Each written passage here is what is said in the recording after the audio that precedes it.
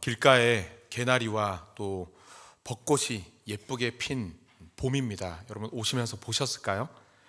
이렇게 좋은 날, 이렇게 마지막까지 함께 예배 드릴 수 있어서 얼마나 감사한지 모릅니다. 여러분도 그러시죠? 네, 저는 진심입니다. 네, 오늘도 우리를 이렇게 예배의 자리로 인도하신 분이 하나님이신 줄 믿습니다. 그리고 그 하나님께서 이번 한 주를 승리할 수 있는 은혜를 이 시간 주실 줄 믿습니다. 우리 서로 인사 나누었으면 좋겠습니다. 당신은 하나님의 기쁨입니다. 우리 좌우에 보시면서 한 번 더 우리 앞뒤 보시면서 당신은 하나님의 기쁨입니다. 인사 나누겠습니다. 여러분 만화책을 볼 때 또 요즘 있는지 모르겠지만 저 때는 무협지가 굉장히 이렇게 많이 읽었는데 요즘에는 있나요? 그래서 만화책을 볼 때나 또 옛날 무협지를 볼 때 가장 흥미진진하고 가장 클라이막스가 어느 장면인지 아십니까? 뭐니 해도 여러 과정을 거친 뒤에 마침내 이 나쁜 놈들, 그 악당들의 대장과 그다음에 그 주인공이 착한 놈이 아니죠. 그 주인공이 최종 싸우는 장면, 그 장면이 가장 흥미진진한 장면이겠죠. 오늘 본문에서 이 이스라엘의 역사상 가장 악한 왕이었다고 평가되는 이 아합과 하나님의 사람 엘리야가 오늘 본문에서 만나게 됩니다. 부딪히게 됩니다. 여러분, 아합은 어떤 사람입니까? 아합하면 어떤 것이 떠오르죠? 맞습니다. 이스라엘을 영적으로 가장 타락하게 만든 사람이 이 아합이었습니다. 아합 왕이었죠. 솔로몬이 죽자 이스라엘은 두 개의 나라로 나누어지는데 북쪽에 10개 지파를 중심으로 북이스라엘과 그리고 남쪽에 유다 지파와 베냐민 지파를 중심으로 한 남유다, 이 두 나라로 나뉘게 되죠. 그 중에서 북이스라엘은 첫 번째 왕인 여로보암 왕 이후에 많은 왕들이 그 나라를 거쳐가며 통치하게 되는데 성경을 보시면 여로보암 이후 그 이어진 5명의 왕의 공통점이 있습니다. 그것은 무엇이냐면 하나님 보시기에 악을 행했던 왕들이었습니다. 그런데 오늘 본문의 이 아합 왕은 이 5명의 왕들 중에서도 가장 악한 왕이었다고 성경은 이야기하고 있습니다. 이방 나라의 이세벨과 결혼하여서 그 이방 나라의 우상을 끌고 왔을 뿐만 아니라 또 바알 신을 섬기는 산당을 짓고 또 그것을 숭배하게 만든 왕이 바로 이 아합 왕이죠. 이스라엘을 영적으로 가장 타락하게 만들었던, 가장 암울하게 만들었던 사람이 이 바로 아합 왕입니다. 하나님께서 그런 아합 왕을 그냥 두시진 않으시겠죠. 아합 왕의 그의 악행을 강력하게 질책하시고 또 경고하시기 위해 나아가서 이 이스라엘을 회복하시기 위해서 한 사람을 세우시고 그들에게 한 사람을 보내시는데 그 사람이 누구입니까? 맞습니다. 바로 하나님의 사람 엘리야입니다. 엘리야. 오늘 본문은 이 엘리야라는 사람을 어떻게 소개하고 있는지 1절 상반절 말씀을 함께 읽어보도록 하겠습니다. 1절 상반절입니다. 시작. 길르앗에 우거하는 자 중에 디셉 사람 엘리야가 아합에게 말하되. 오늘 성경은 처음 등장하는 그 엘리야를 뭐라고 어떻게 소개합니까? 길르앗에 우거하는 자 중에 디셉 사람 엘리야라고 소개합니다. 그런데 여러분, 이 뭔가 좀 허전하지 않습니까? 좀 이상합니다. 그래도 이 악당 중에 대장격인 이 아합을 상대할 사람으로 엘리야가 처음 등장하고 그리고 그를 처음 소개하는 장면이 오늘 이 1절의 장면인데 그 내용이 너무 짧고 부실합니다. 보통 성경에는 처음 등장하는 누군가를 소개할 때 그 아비나 그의 조상이나 그의 가문을 이름을 넣어서 소개를 하는 것이 보통이죠. 예를 들어서 갈렙을 뭐라고 소개합니까? 유다 지파의 여분네의 아들 갈렙이라고 소개를 하죠. 여호수아는 어떻습니까? 눈의 아들 여호수아 이렇게 소개를 하죠.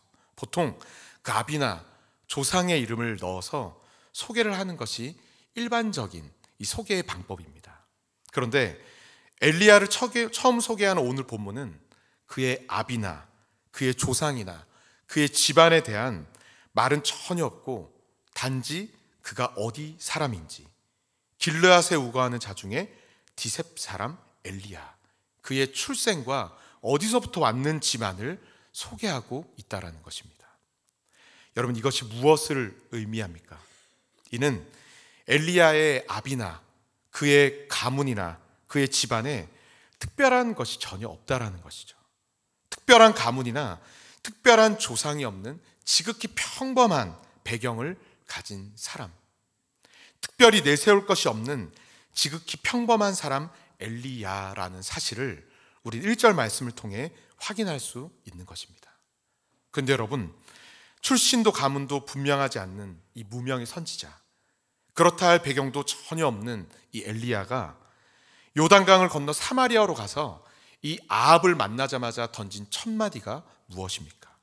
1절 하반절 말씀입니다. 1절 하반절에 내 말이 없으면 수년 동안 비도 이슬도 있지 않을 것이다 라고 아합에게 이야기합니다. 여러분, 한번 생각해 보십시오. 이 하나님의 말씀, 이 말을 가서 아합에게 전하라 라는 이 하나님의 말씀이 엘리야에게 임했을 때 이 엘리야의 마음이 어떠했을까요? 당시 아합은 최고의 권력을 가진 폭군이었습니다. 말 한마디로 사람 죽이는 것을 마치 파리를 잡는 것처럼 쉽게 행할 수 있는, 무엇이든지 말 한마디로 할 수 있는, 그래서 모든 사람이 두려워할 수밖에 없는 그런 힘과 권력과 권세를 가진 자가 바로 이 아합 왕이었죠. 그에 비해 이 나라는 사람, 이 엘리야라는 사람은 내세울 것이 전혀 없는 지극히 평범한 사람입니다. 특출난 조상도 특별한 백도 특별한 힘도 없는 그저 그런 사람입니다. 이런 엄청난 이 차이 앞에서 하나님의 말씀, 그것도 좋은 말이 아니라 저주하라는 이 하나님의 말씀을 전한다라는 것이 쉬웠을까요? 머뭇거리고 주저할 수밖에 없는 어려운 하나님의 명령이었을 것입니다. 그런데 엘리야는 지금 어떻게 합니까? 성경은 간단하게 이야기합니다. 디셉 사람 엘리야가 아합에게 말하되 라고 되어 있습니다. 그는 하나님의 말씀을 가감없이 이 아합에게 전합니다. 내 말이 없이는 비도 이슬조차도 내리지 않을 것이다 라고 말이죠. 그렇다면 여러분, 우리는 한 가지 질문이 생깁니다. 이 무모할 정도의, 엘리야의 무모할 정도의 담대함, 그의 용기, 그것은 어디에서 나온 것일까요? 자신의 목숨이 달린 상황에서 어쩌면 말 한마디로 자신의 목이 달아날 수도 있는 그런 상황 앞에서 하나님의 말씀에 온전히 순종할 수 있었던 그 힘은 도대체 어디에서 온 것일까요?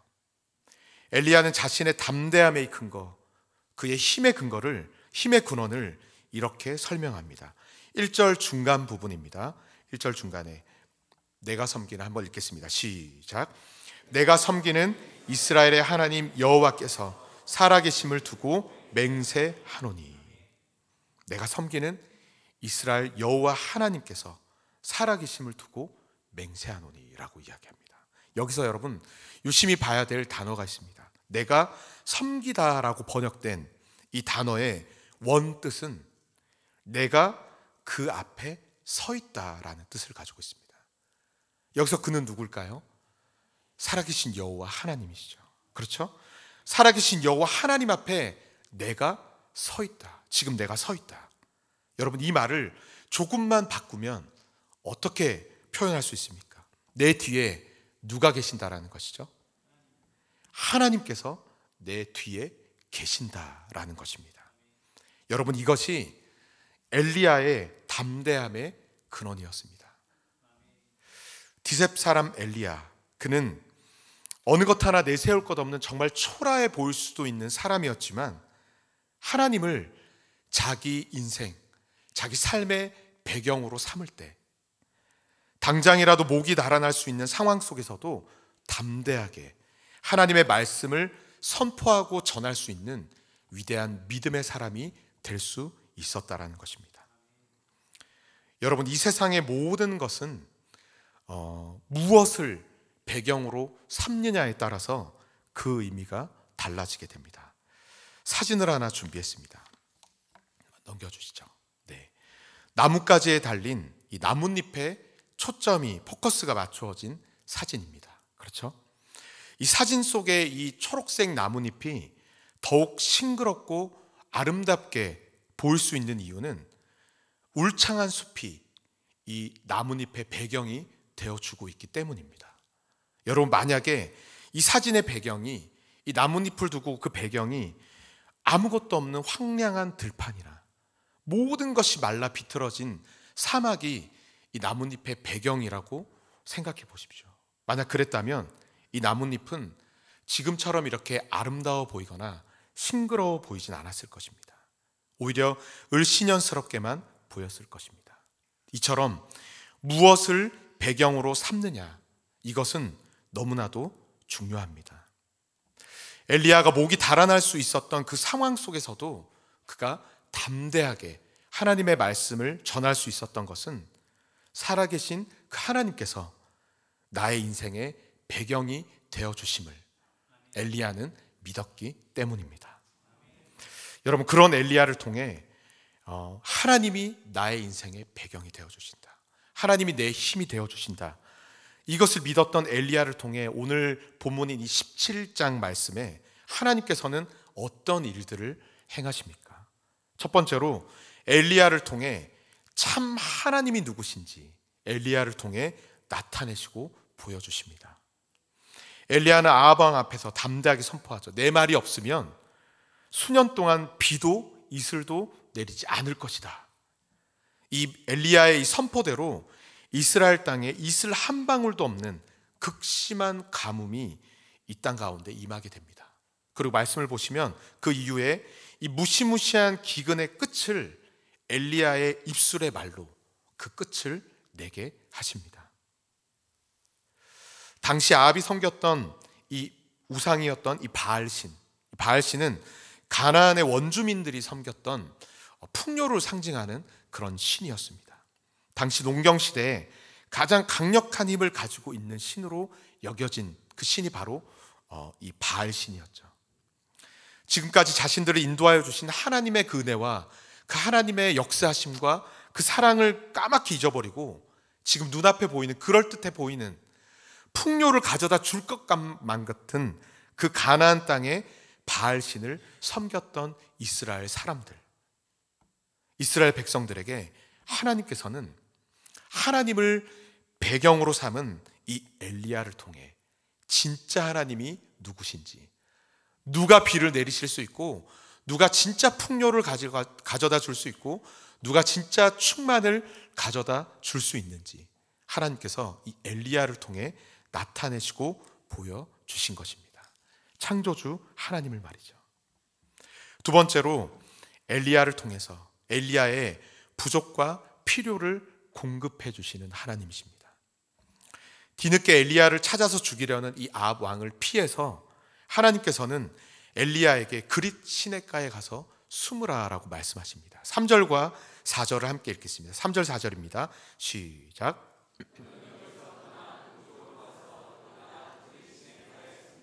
그 시냇물을 마시라. 내가 까마귀들에게 명령하여 거기서 너를 먹이게 하리라. 아멘. 그릿 시냇가에 숨어있는 이 엘리야, 이 엘리야는 무엇을 통해서 공급을 받게 됩니까? 하나님이 보내신 까마귀를 통해서 아침과 저녁에 매일매일 떨어지지 않는 떡과 고기를 엘리야에게 허락하십니다. 공급해 주십니다.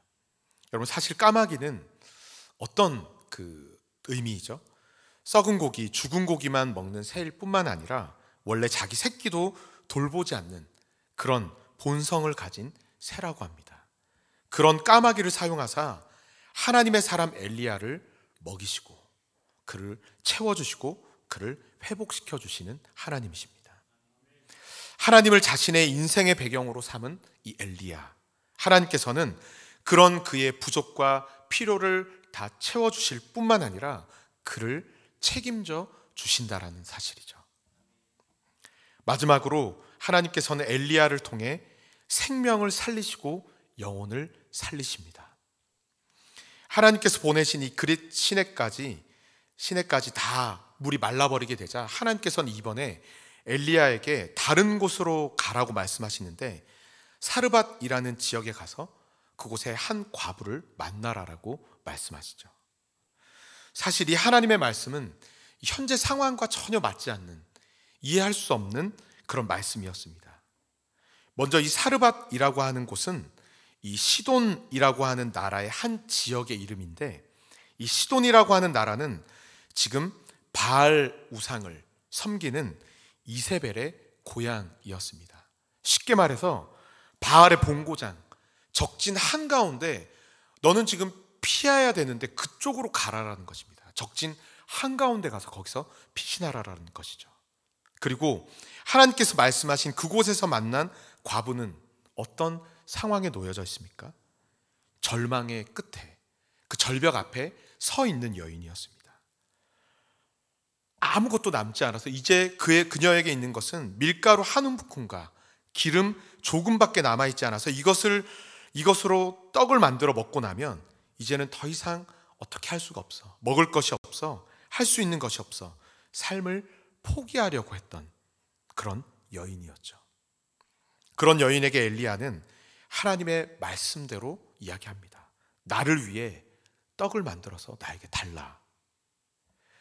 말을 하는 자도 또 그 말을 듣는 자도 다 이해하기 어려운 상황이었지만 둘 다, 엘리야도 그 여인도 하나님 말씀에 순종하며 나아갈 때 놀라운 기적이 일어나게 되죠.